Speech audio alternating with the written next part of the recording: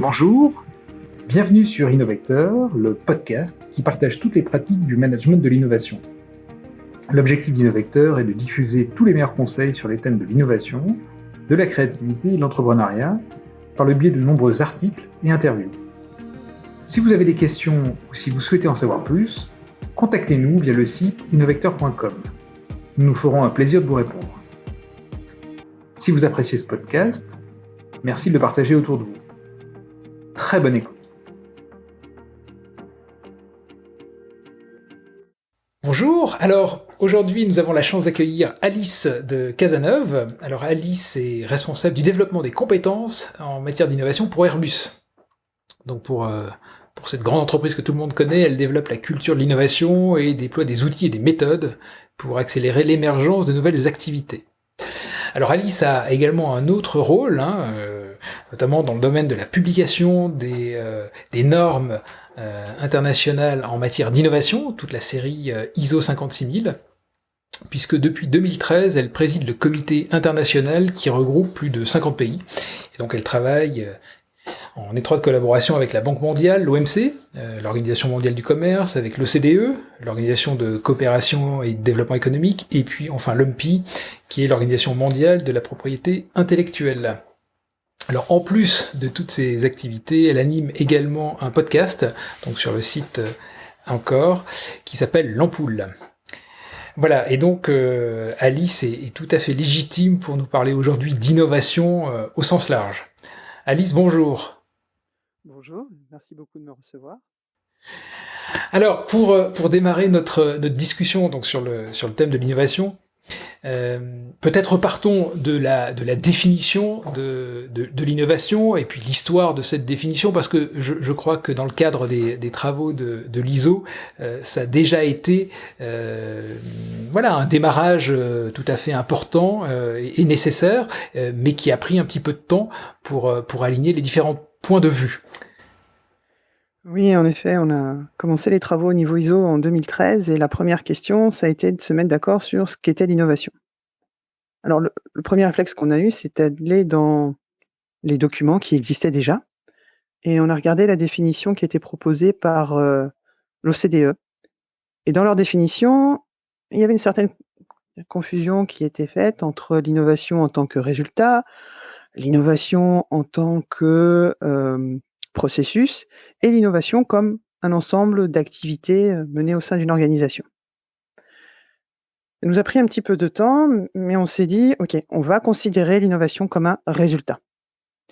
Et la définition qui existe aujourd'hui dans les textes de l'ISO, c'est que l'innovation est une entité nouvelle ou modifiée qui crée ou redistribue de la valeur. Cette définition, elle nous permet déjà de clarifier ce que c'est. Donc on va pouvoir parler comme ça après de processus d'innovation, d'activités liées à l'innovation. Et ce qu'on a souhaité faire aussi en proposant cette définition, ce n'est pas que de la garder au niveau ISO, mais de la partager aussi avec d'autres institutions internationales. Et comme tu l'as souligné, on est en lien avec l'OCDE qui a adopté notre définition en révisant leur propre référentiel, et notamment le manuel d'Oslo qui permet de donner des métriques sur le potentiel d'innovation des différents pays, et aussi avec l'OMC, l'OMPI et la Banque mondiale. Et ça a pris beaucoup de temps pour les mettre d'accord, parce que chacune de ces institutions a un schéma de pensée qui est assez différent. L'OCDE, c'est le monde des statisticiens. L'OMC, l'OMPI, c'est le monde des juristes. Et arriver à créer un dialogue, partager le vocabulaire, ça a été un travail de longue haleine, mais qui a été mené avec passion et avec l'ensemble des experts au niveau ISO. Alors, je propose qu'on garde évidemment cette définition en ligne de mire, donc une entité nouvelle ou modifiée qui crée ou qui redistribue de la valeur. Alors, le premier terme entité, est-ce que c'est aussi clair que ça? Parce que pour avoir lu la définition, on pense à un produit, à un service, mais à plein d'autres choses. Alors, effectivement, ça, j'avoue qu'on n'est pas très très heureux du terme entité. Pendant très longtemps, on avait cette définition en utilisant le terme objet. Mais le terme objet était utilisé déjà par une autre norme ISO, donc il fallait s'en démarquer. Alors, on a pris le terme entité, qui nous paraissait suffisamment générique. Derrière, quand on regarde les notes de la définition, on précise ce qu'on entend par entité. Et là, on va parler de produits, services, mais aussi d'organisation et de business model, de modèle d'affaires. L'idée, c'est de dire que dans l'innovation, on ne va pas seulement avoir voilà, un nouveau téléphone, une nouvelle voiture ou un nouveau moyen d'avoir des plats chauds à la maison. Non, ça va être aussi comment est-ce que, dans la société, on va pouvoir s'organiser différemment pour proposer une autre manière de consommer, une autre manière d'appréhender la relation aux autres. C'est comme ça que l'on voit l'innovation d'un point de vue organisationnel. Et puis, il y a l'organisation aussi d'un point de vue modèle d'affaires. Comment est-ce que l'on va vendre différemment? Comment est-ce que l'on va partager la valeur qui a été créée par cette innovation? D'accord. Donc l'entité, c'est finalement voilà, un cadre assez large pour se permettre en fait d'englober tout ce qui peut être nouveau, du produit, service, organisation et business model. Et alors l'autre point important et l'autre mot important de la définition, c'est évidemment la valeur. Qu'est-ce qu'on entend par valeur? Évidemment, quand on lit pour la première fois cette définition, on pense évidemment à une valeur économique. J'imagine que c'est un peu plus large que ça. Exactement. Ce que l'on a cherché à faire, c'est en utilisant le terme valeur, on a été obligé de le définir déjà, de définir ce qu'était la valeur, et on l'a défini comme étant on crée de la valeur à partir du moment où on satisfait un besoin qui a été émis. Donc, ça va être la satisfaction d'un besoin. Mais cette valeur, elle n'est pas forcément financière. Et ça a été le point de discussion le plus compliqué, je dirais, avec l'OCDE. Et en changeant la définition, on change aussi donc la perception de l'innovation par l'OCDE. On change la manière dont ils font leurs statistiques. Et à partir du moment où on change la manière dont ils font les statistiques, quelque part, on a un impact sur les politiques publiques. Parce que la plupart des pays veulent être en tête des différents classements OCDE. C'est un moyen de montrer qu'ils sont innovants, ils ont une bonne éducation, etc. Et en expliquant que la valeur n'est pas forcément une valeur financière, mais ça peut être une valeur sociétale, une valeur environnementale, on va avoir comme ça des politiques publiques qui vont être plus ouvertes à d'autres moyens de créer des valeurs et des valeurs qui vont être différentes et pas uniquement financières. D'accord, oui, c'est tout à fait clair, notamment dans une logique, voilà, un petit peu de développement durable. On voit bien qu'avec effectivement la finance, le social et l'environnemental, on couvre les trois domaines voilà, du développement durable. Est-ce que dans vos travaux, vous avez réfléchi ou est-ce qu'il y a des choses qui ont été produites sur le calcul de cette valeur? Alors ça, c'est très compliqué. C'est très compliqué parce que ça va dépendre du contexte, du contexte de l'organisation, de sa vision, de sa stratégie et de ce qu'elle veut obtenir.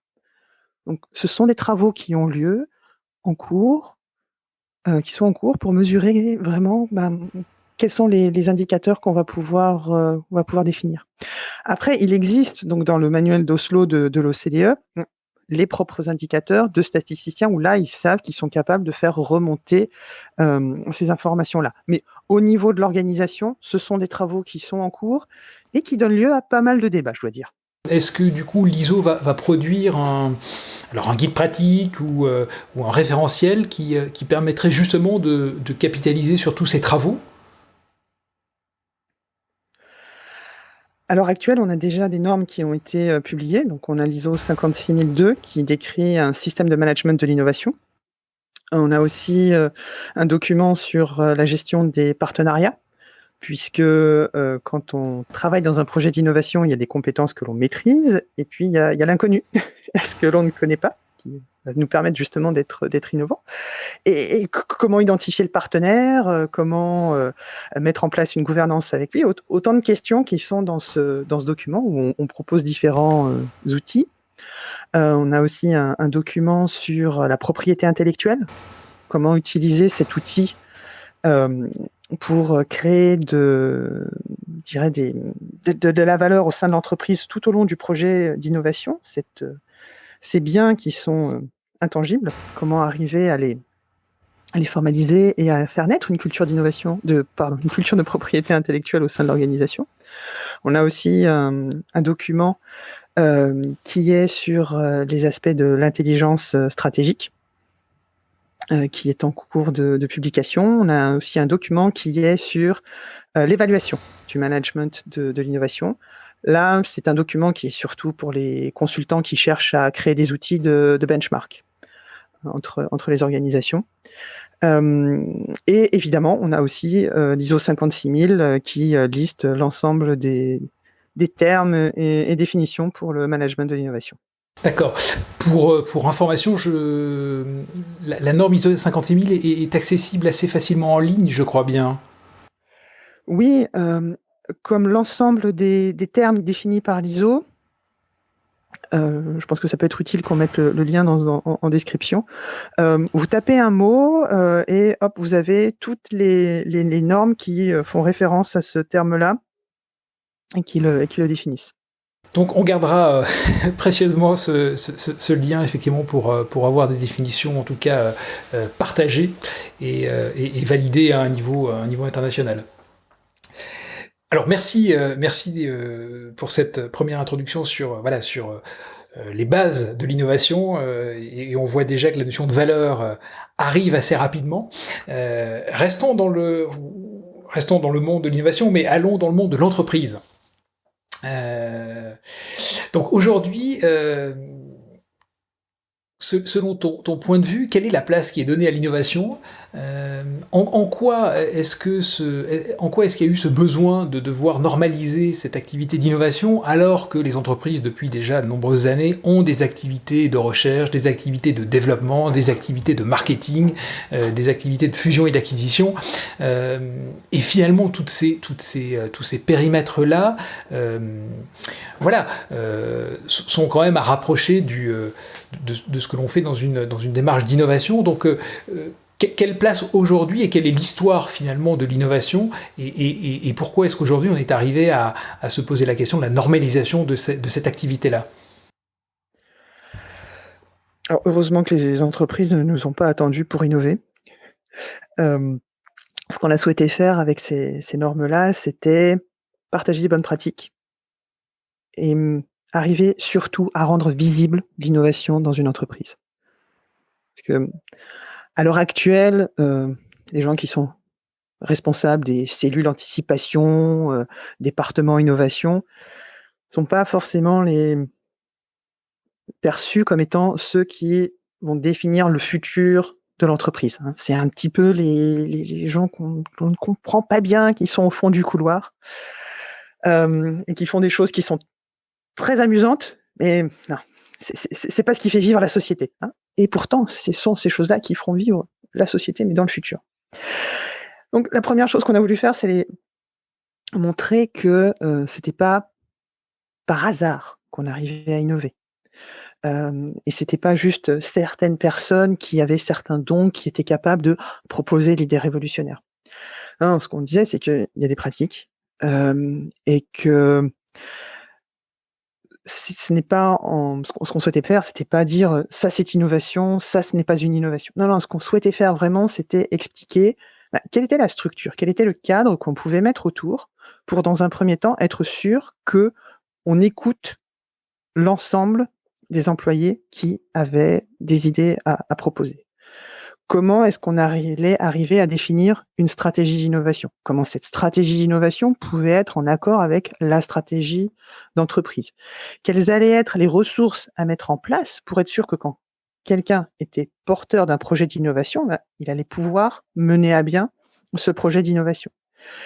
Comment est-ce qu'on allait mettre en fait toutes les ressources, toutes les chances d'échec en fait à disposition des gens. Et quand je dis toutes les chances d'échec, parce qu'il faut explorer, il faut apprendre de ce processus d'innovation, mais il faut tuer les fausses bonnes idées dès que possible pour que les bonnes idées puissent avoir les ressources dont elles ont besoin, l'énergie nécessaire pour arriver à leur terme. Et c'est un paradigme qui est vraiment compliqué à comprendre par nos entreprises. Pourquoi? Parce que nos entreprises sont faites pour livrer ce qui a été commandé par le client en optimisant les ressources. Et là, ce que l'on fait avec l'innovation, c'est qu'on dit, voilà, on va explorer des choses nouvelles. On a énormément d'incertitudes et il va falloir un petit peu parier, hein, nous donner des ressources pour qu'on arrive à réduire ces incertitudes et voir si notre projet d'innovation en vaut la peine ou pas. Donc ça, c'est vraiment contraire, je dirais, à la manière de gérer une entreprise. Après, tu as raison en disant qu'il y a des activités de R&D et en France, on est pas mal, nos entreprises, notamment nos grandes entreprises, sont pas mal poussées par la recherche et développement, la recherche et technologie. Et quand on a fait nos travaux sur le management de l'innovation, on a cherché à voir comment est-ce qu'on positionnait l'innovation par rapport à la R&D et la R&T. Et ce qui nous est apparu, c'est que tout ce qui est recherche et technologie, donc quelque chose qui est assez en amont, permet de transformer de l'argent, de l'investissement dans du temps de recherche, l'investissement dans des prototypes. Ça permet de transformer de l'argent en connaissances. Après, arrivent les équipes de recherche et développement, qui là vont être capables de transformer ces connaissances en technologie, en briques technologiques. Ensuite arrivent les gens de l'innovation qui vont assembler ces différents briques technologiques et identifier comment et où on peut créer de la valeur et justement proposer ces innovations. Donc, si on regarde les gens de l'innovation, à la fin, ils vont prendre ces briques technologiques et ils vont recréer de l'argent. Donc, ça nous permet de boucler un peu le triangle, vous voyez, R&D et innovation. Et c'est comme ça qu'on arrive à rendre visible l'innovation au sein de l'entreprise, en montrant que oui, il y a des processus qui existent pour transformer justement ces briques technologiques en innovation et qu'il existe aussi des manières de mesurer la capacité d'innovation, c'est-à-dire que la capacité de l'entreprise à transformer ces briques en valeur. D'accord. Le raisonnement est imparable. Effectivement, sous cet angle-là, ça clarifie effectivement beaucoup les choses. Et j'imagine que du coup, ça donne aussi des points de repère, des éléments culturels au sein d'une entreprise qui permettent de clarifier effectivement et de positionner les différents acteurs, chacun à leur rôle. Sur la culture, et notamment sur la culture de l'innovation, bien entendu, en quoi, toi, ton expérience de la norme ISO et puis ton expérience dans un grand groupe peuvent nous aider à mieux comprendre comment utiliser la culture, ou en tout cas la norme innovation, pour bâtir et pour développer une culture de l'innovation au sein d'une entreprise? C'est un sujet qui prend du temps au sein de l'entreprise pour installer une culture, changer une culture. Déjà, c'est peut-être mon travers ISO, mais comment est-ce qu'on arrive à définir, à comprendre ce qu'est la culture? Déjà, la culture, ça va être la manière dont les gens vont agir, vont réagir au sein de l'entreprise. Quels vont être les réflexes que l'on va créer? Et ça, c'est quelque chose qui est assez qui prend du temps à mettre en place. Quand on veut installer une culture d'innovation, il faut déjà avoir un support du leadership assez, assez franc, il faut avoir une implication des leaders. Et là je prendrais l'exemple d'Airbus où vraiment l'innovation fait partie des messages qui sont régulièrement portés par nos leaders et qui vont aussi je dirais, soutenir, présenter, être vraiment nos porte-parole des projets d'innovation. C'est eux qui vont vraiment, voilà, animer la vitrine d'innovation, je dirais, d'Airbus. Et ça, c'est très important parce que ça permet de montrer aux employés que, oui, l'innovation est valorisée au sein de l'entreprise. Mais ça ne suffit pas. Ça ne suffit pas pour installer une culture, d'innovation. Il faut aussi développer la partie compétences. Justement, comment est-ce qu'on va manager l'innovation? La plupart du temps, ce qui se passe dans une entreprise, c'est que les leaders vont dire: «Oui, il faut innover, il faut penser au futur de l'entreprise». Avec des employés qui vont avoir des idées parce qu'ils sont sur le terrain, ils sont à proximité des clients, ils sont à proximité en fait des opérations. Ils vont dire: «Ah bah oui, voilà, c'est ce que l'on voit, ce que l'on a compris des tendances». Et bien souvent, on a le middle management qui va bloquer ces projets d'innovation parce qu'il va dire aux employés: «Non, non, non, vous, votre mission, c'est celle-ci et je vous donne des ressources pour faire ça». Et donc, il va y avoir une frustration qui va naître de la part des employés en disant: «De toute façon, je ne suis pas écouté, cette société ne veut pas innover, bon bah, OK, moi je continue à faire mon business as usual et puis tant pis». Et donc, arriver à développer les compétences d'innovation, ça va faire prendre conscience au middle management du rôle important qu'ils ont à jouer dans cette aventure entrepreneuriale de la société, leur faire prendre conscience qu'ils ne sont pas là pour administrer une entreprise, mais qu'ils sont là pour faire vivre l'aventure entrepreneuriale.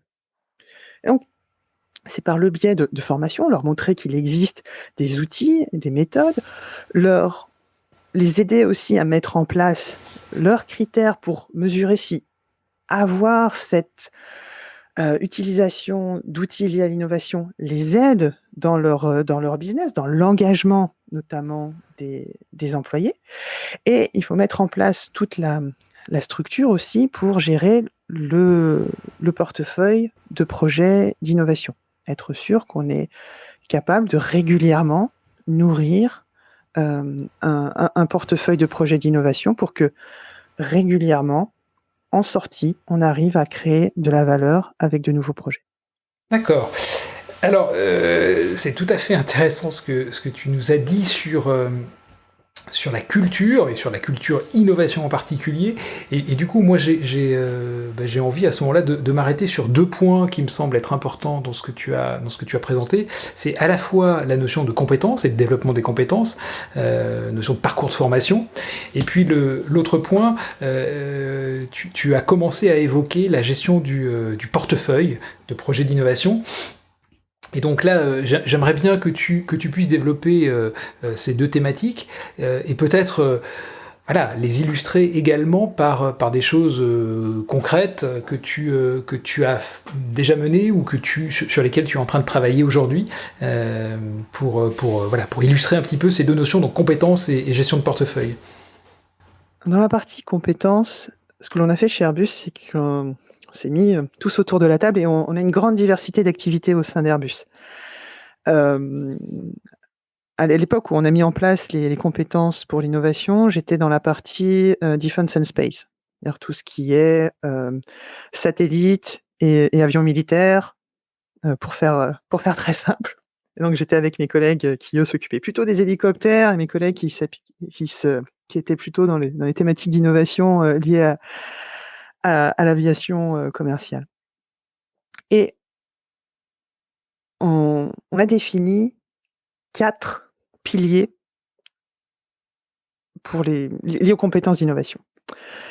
Ces 4 piliers sont les suivants. On a le design thinking. Donc là, ce qu'on voulait faire en portant cette méthode comme étant une compétence fondamentale, c'était pour aboutir à 2 choses. La première, c'est que lorsque l'on a une entreprise avec beaucoup d'ingénieurs, et chez Airbus, voilà, on a quand même une culture très, très ingénieur. Un ingénieur, ça, et j'en suis, je suis aussi un ingénieur, donc je sais de quoi je parle. On pense que les chiffres n'ont pas de sentiment, donc c'est très difficile d'être empathique. Et ce que l'on voulait créer avec le design thinking, c'était apporter cette dimension d'empathie. Comment est-ce qu'on va pouvoir vraiment se mettre dans la peau du client et comment est-ce qu'on va l'interviewer vraiment? Comment est-ce qu'on va être capable d'aller gratter de l'information en discutant avec le client, en étant proche de lui?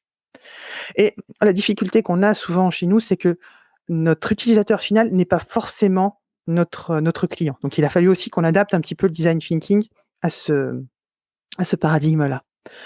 L'autre dimension qu'on voulait apporter avec le design thinking, c'était changer la place du prototype. Parce que quand on regarde comment je dirais, ont été utilisés les prototypes, la plupart du temps, c'était voilà, les gens du bureau d'études qui, le week-end, dans leur garage, allaient tester certaines choses. Parce que, par définition, l'ingénieur, c'est celui qui a du génie, qui arrive à répondre à la question qui lui est posée. Et quand un ingénieur doit tester, ça veut dire qu'il ne sait pas. Et sans doute, culturellement, on cachait les prototypes. Et là, ce qu'on veut faire avec le design thinking, c'est dire: «Non, non, regardez, le prototype fait partie de l'itération, fait partie de l'histoire d'innovation et on doit le mettre en vitrine, au contraire. On doit montrer comment est-ce qu'on est arrivé à progresser. Le prototype est un élément important de l'innovation». Donc c'est ce qu'on a voulu faire avec le design thinking. Voilà, montrer que c'était un processus itératif, qu'il pouvait y avoir des loupés et vraiment, voilà, amener les ingénieurs à se mettre dans la peau du designer et à adopter aussi un autre point de vue. Donc ça, c'est notre première compétence, celle du design thinking. Deuxième compétence, on l'a appelée le business thinking. Donc là, c'est comment est-ce qu'on va être capable de réfléchir à un nouveau business model et comment, quand on change le business model, peut-être qu'on peut améliorer aussi le business case et comment est-ce qu'on va aussi arriver à présenter, à pitcher son idée à des décideurs. Parce que quand on est ingénieur, on aime beaucoup la technique et surtout quand on est français, on va chercher à montrer qu'on a eu un raisonnement qui est correct, hein, plutôt que de montrer quels sont les résultats qu'on obtient. Et quand on va pitcher ça face à un décideur qui est plutôt anglais, lui, il va attendre dès le début la phrase d'accroche. Et s'il n'a pas cette phrase d'accroche, il est perdu. Il dit: «Oui, il me fait un très beau raisonnement, mais c'est pas ça qui m'intéresse. Moi, ce qui m'intéresse, c'est savoir ce que je vais gagner». Donc voilà, par cette compétence du business thinking, on a voulu aider les ingénieurs à développer cette manière d'appréhender le business. Ensuite, on a une troisième compétence qui s'appelle le systems thinking. Alors là, c'est la pensée système. L'idée, c'est d'arriver à appréhender le système dans sa globalité et d'identifier quelles sont les différentes interfaces des sous-systèmes. Pourquoi? Parce que quand vous arrivez avec votre projet d'innovation, vous allez perturber un écosystème. Et donc, c'est intéressant de comprendre finement comment fonctionne cet écosystème et voir ce que vous allez perturber.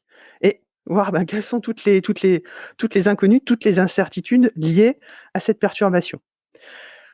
Et puis aussi, le system thinking, ça permet dans une grande organisation de comprendre où sont les différentes parties prenantes, quelles sont les différentes interfaces qu'on va avoir à gérer pour mener à bien son projet d'innovation, pour arriver à pousser les bonnes portes, taper aussi aux portes au bon moment pour arriver à obtenir du support pour son projet d'innovation. Donc, c'est ça que l'on montre avec le system thinking, quels sont aussi les différents outils que l'on a pour trouver quels sont les blocages dans un système et comment est-ce qu'on va petit à petit arriver à faire progresser son projet d'innovation. La dernière compétence, alors, elle s'appelle Innovation Leadership et là, on est en train de la renommer intrapreneuriat. C'est une compétence où là, on souhaite aider les chefs de projet d'innovation à monter une équipe. Comment est-ce qu'on arrive à convaincre des gens de venir travailler dans ce projet d'innovation? Comment est-ce qu'on arrive à aller aussi voir les décideurs et leur dire: «Là, je pense qu'il y a quelque chose. Là, voilà ce que j'ai compris du marché, voilà les ressources dont j'ai besoin, voilà déjà les premiers protos que j'ai montrés qui m'ont permis de voir qu'il y avait une traction, qu'il fallait faire quelque chose». Et puis aussi, c'est comment gérer les hauts et les bas d'un projet. Il ne faut pas se leurrer, dans un projet d'innovation, il y a des moments où, on est vraiment, au fond du trou, on ne sait pas forcément comment est-ce qu'on va s'en sortir, et on a besoin de retrouver cette énergie qui vient de la passion qu'on a pour son domaine et chez Airbus, on est vraiment dans un monde de passionnés. Se nourrir aussi de l'énergie de l'équipe pour, continuer à aller de l'avant et c'est ce qu'on souhaite donner dans cette compétence-là. Voilà. comment est-ce que on peut mener à bien sereinement un projet d'innovation. Ces 4 compétences, on les a transformées en formations et ces formations, elles sont données aujourd'hui par, Air Business Academy, qui est une filiale d'Airbus et ces formations sont disponibles à l'extérieur. C'est-à-dire qu'elles sont, hem, elles sont pas, je dirais, colorées, aéro. C'est-à-dire que même si vous êtes en dehors du monde du spatial, de la défense, de l'aéronautique, ces formations, s'adressent à tous les domaines puisqu'on a voulu des compétences qui, restent, assez générales. Et voilà, c'est comme ça qu'on a construit, les compétences et la manière dont on allait aider à la fois les managers, parce qu'après on a décliné en fait ces compétences sur comment est-ce qu'on allait former les managers, comment est-ce qu'on allait les aider à appréhender la créativité, comment est-ce qu'on allait les aider aussi à comprendre quels étaient les besoins au sein de leurs équipes en termes d'innovation, et aussi pour les personnes qui vont après gérer les projets d'innovation. En quoi ces 4 piliers que tu nous as présentés permettent de faire des choix, de faire des arbitrages, et comme tu l'as dit un petit peu plus tôt, de tuer les mauvaises idées, ou en tout cas les mauvaises pistes, pour au contraire se concentrer sur les pistes les plus prometteuses. Oui, alors, là il y a, à qui s'adresse, donc j'ai commencé un petit peu à l'évoquer, à qui s'adressent ces formations? Ces formations, elles s'adressent, comme j'ai dit, à ceux qui vont mener les projets d'innovation, aux managers, et il y a aussi une autre population, ça va être l'équipe innovation en tant que telle. Ça va être les coachs en innovation, ceux qui vont aider les porteurs de projets. Là, ce sont des personnes qui sont assez difficiles à former. Parce qu'à partir du moment où ils ont sur leur carte de visite le titre de coach en innovation ou manager en innovation, ça y est, ils savent. Pourquoi est-ce qu'ils seraient formés? Ils ont été reconnus comme ça dans l'entreprise, donc pas besoin d'être formés. Et ce dont je me suis aperçu, c'est que la manière dont les projets d'innovation étaient accompagnés par ces équipes innovation dépendait fortement de leur parcours. Si vous avez quelqu'un qui a plutôt un background business, cette personne, elle sera tout le temps fourrée chez le client en train d'essayer de dénicher des contrats, plutôt que de travailler sur le prototype et d'aider l'équipe projet à développer la partie technique. Et à contrario, si vous avez un ingénieur, lui, il sera ravi de passer du temps dans le Fab Lab avec l'équipe pour monter le prototype, et puis le client, on verra ça après quand le prototype sera suffisamment beau et suffisamment fonctionnel. Donc la difficulté, c'est comment est-ce qu'avoir une certaine sorte de baseline, de tronc commun dans le support à l'innovation. Et là, je me suis raccroché aux normes ISO en les utilisant pour outiller en fait les coachs. Les outiller dans le suivi des projets.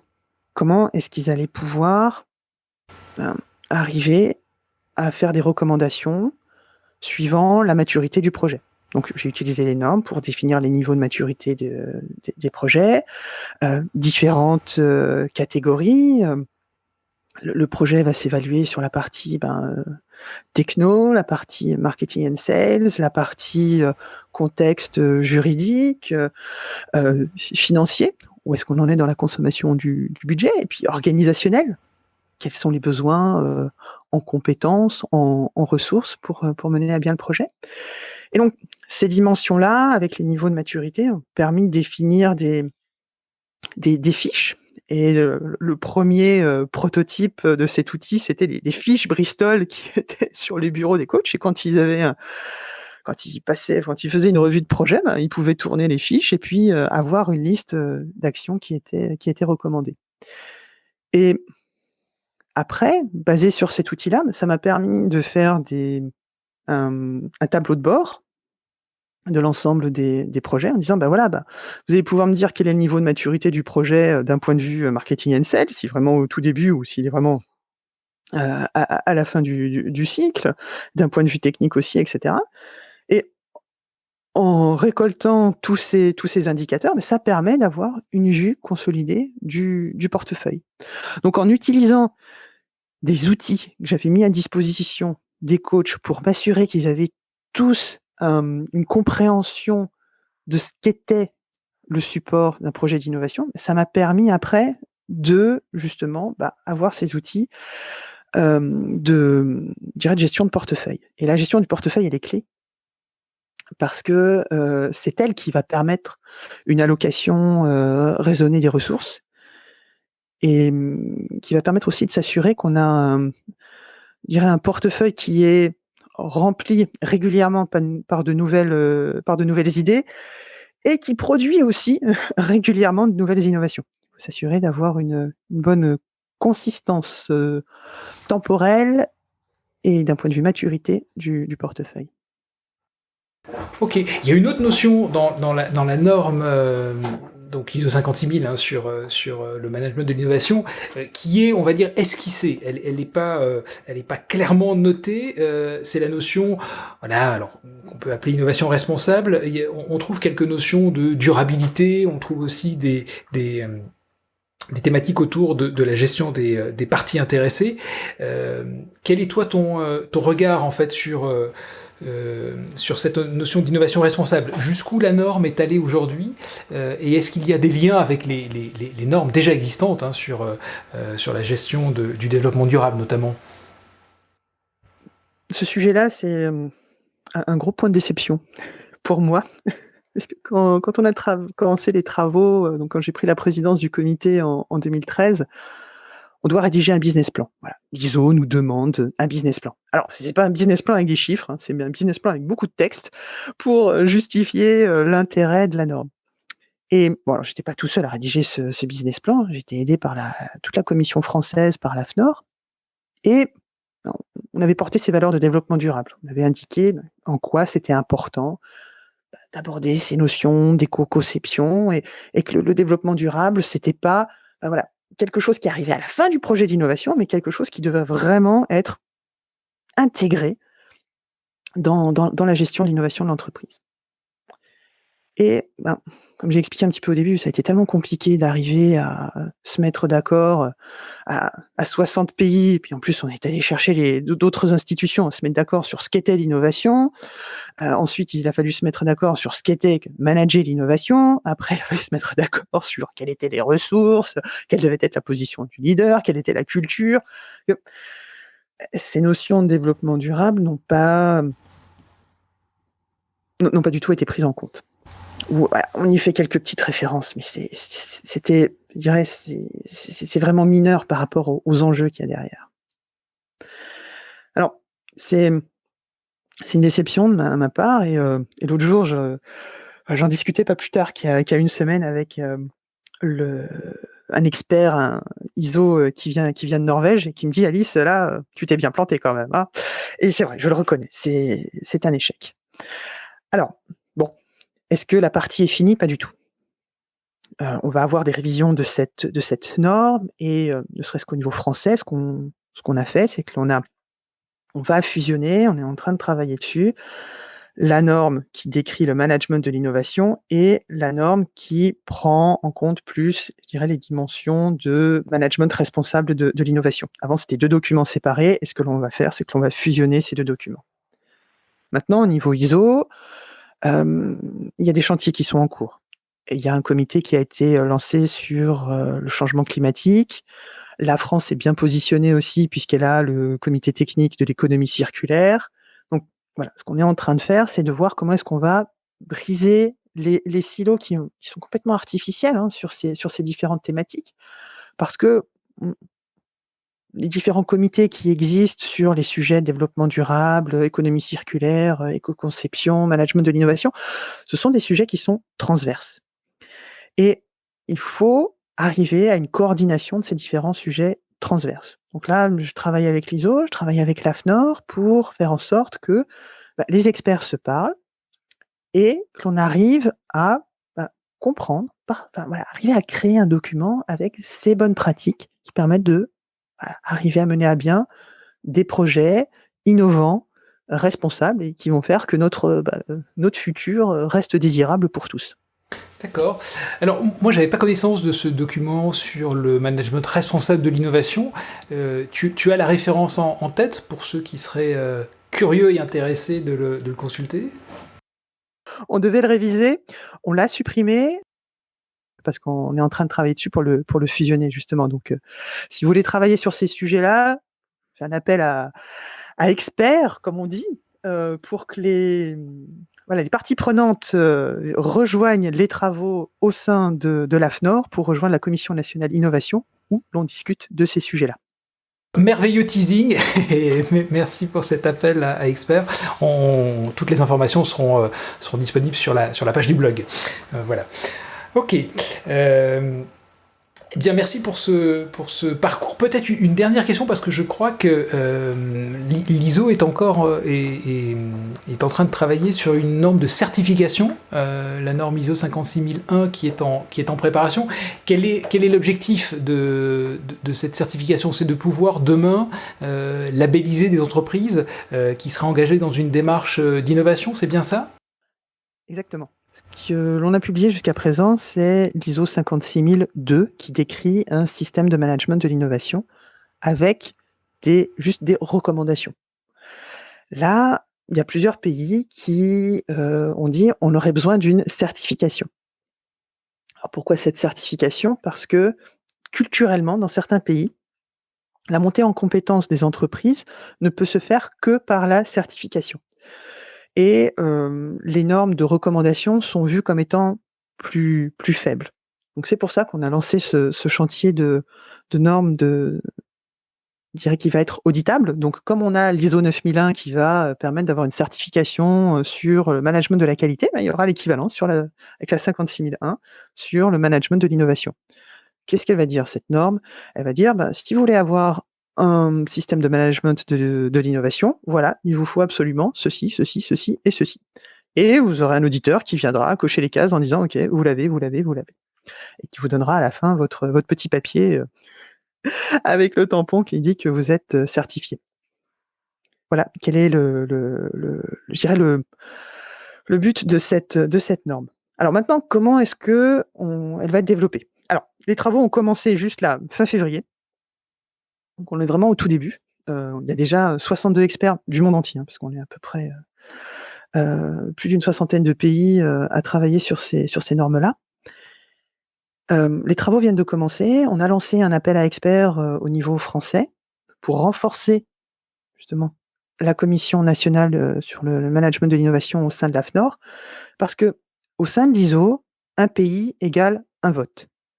Ça veut dire que pour la France, pour l'AFNOR, c'est nécessaire de faire appel à toutes les parties prenantes, à toutes les personnes qui sont justement du monde de l'innovation, que ce soit aussi bien une grande entreprise, une entreprise de taille moyenne ou une PME ou une start-up, que ce soit un cabinet de conseil ou des universitaires. Le rôle de l'AFNOR, ça va être de rassembler toutes ces parties prenantes et de dire, OK, qu'est-ce que ça veut dire le management de l'innovation en France, dans les organisations françaises? Voilà quelles sont les discussions qui se passent au niveau international. Est-ce que vous êtes pour? Est-ce que vous êtes contre? Parce que la position française est définie par cette commission nationale. Et donc, pour avoir les documents en avance de phase, pour faire valoir ses arguments, son opinion, il est bien de rejoindre cette commission qui est en plus très sympathique. L'ensemble des personnes qui la composent est très sympathique. Et on a un vrai moyen d'influence au niveau français, parce que comme je le dis, on a la présidence et aussi le secrétariat de ce comité technique. Donc on agit sur le tempo, sur la coordination. Donc voilà, si on a une spécificité française, on a des moyens de la faire valoir. Et voilà, donc c'est vraiment un appel à experts. Rejoignez-nous, parce que au-delà de contribuer à un projet international, il y a aussi le réseau que l'on arrive à développer par la participation à cette commission, et on apprend beaucoup. On se benchmark aussi entre nous, entre membres de la commission, parce qu'on discute sur nos pratiques. Et voilà, donc toute personne qui souhaite nous rejoindre est vraiment la bienvenue au sein de la CN Innov, comme on l'appelle par son petit nom. Ok, bah l'appel est, l'appel est bien lancé et j'espère que l'appel sera entendu et suivi d'effet. Alice, merci pour toutes ces informations que tu as bien voulu nous donner, qui viennent vraiment voilà, de la source de choses assez précieuses sur les travaux de l'ISO et puis également sur des mises en application dans des grands groupes et notamment chez Airbus. Pour terminer, je te laisse peut-être le mot de la fin et peut-être nous parler également de ton podcast que tu as lancé il y a quelque temps, l'Ampoule. Quel est l'objectif et qu'est-ce que tu veux en faire? Merci beaucoup Frédéric. Moi j'étais vraiment ravi de participer au podcast Innovecteur. Alors j'ai beaucoup appris. J'ai beaucoup appris pour mon propre podcast qui est tout balbutiant par rapport à l'âge de l'Innovecteur. Alors ce podcast qui s'appelle l'Ampoule, que j'ai lancé début 2021, est né d'une frustration. Voilà, celle de la période du Covid. Alors aujourd'hui, moi, je suis basé à Washington DC et je rencontre beaucoup moins de monde parce que je ne voyage pas. C'est la première fois que je ne voyage pas depuis aussi longtemps. Ça fait plus d'1 an. Et par mon métier, donc je m'occupe de la culture d'innovation chez Airbus. J'ai aussi ce rôle au sein de l'ISO. J'ai été amenée à rencontrer beaucoup de monde, à discuter d'innovation très régulièrement. Et d'être enfermée chez moi, juste, voilà, passer des coups de téléphone pour continuer à mener des projets à distance, au fur et à mesure, je me suis aperçu que mon cercle de connaissances se réduisait. Et je me suis dit: «Ça va pas. Non, non.